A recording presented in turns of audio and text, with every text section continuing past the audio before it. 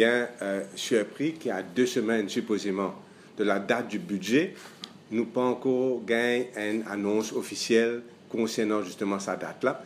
Il paraît que ça va être le jeudi 7 juin, ben le vendredi 8 juin, pendant un officiel. Pour moi, c'est comme si on dirait pas si, c'est pas budget pour prêt, ou pas annonce date là avant, comme ça, c'est pas prêt, capable renvoyer de quelques jours. Ce n'est pas sérieux, il pas donne confiance à la population, et surtout un manque de respect envers la population, envers les députés et envers, bien sûr, l'opinion publique en général.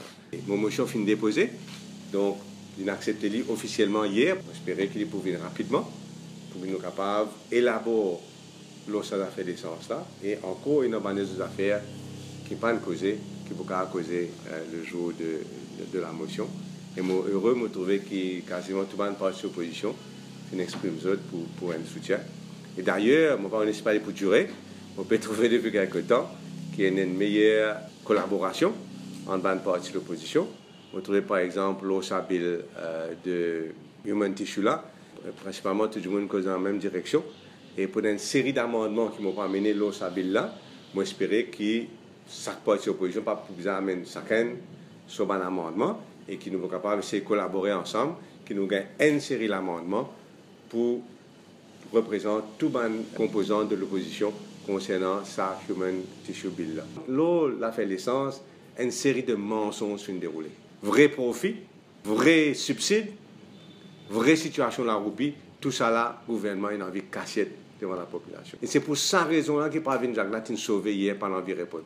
900 millions de roupies par mois qui consommateurs payés l'eau l'essence dans la caisse gouvernement direct représente un fardeau énorme pour les consommateurs pétrole, l'essence et diesel. STC, depuis 1er janvier 2016, il fait un énorme profit. L'essence et diesel, il donne plus de 2 milliards de roupies comme dividende et l'IP repropose pour donner encore 900 millions d'après ce compte même.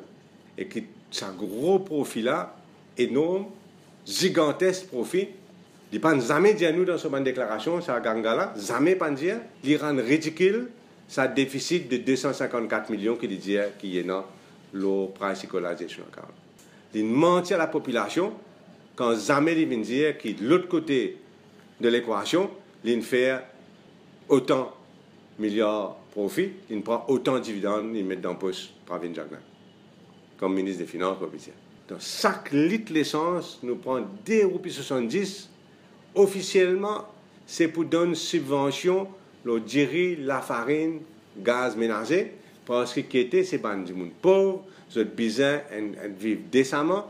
Quand nous avons un compte STC, nous remarquons qu'il mentit nous encore une fois, il n'y a pas de service à casse là, ça 2,70 € pour donner ça à les pauvres.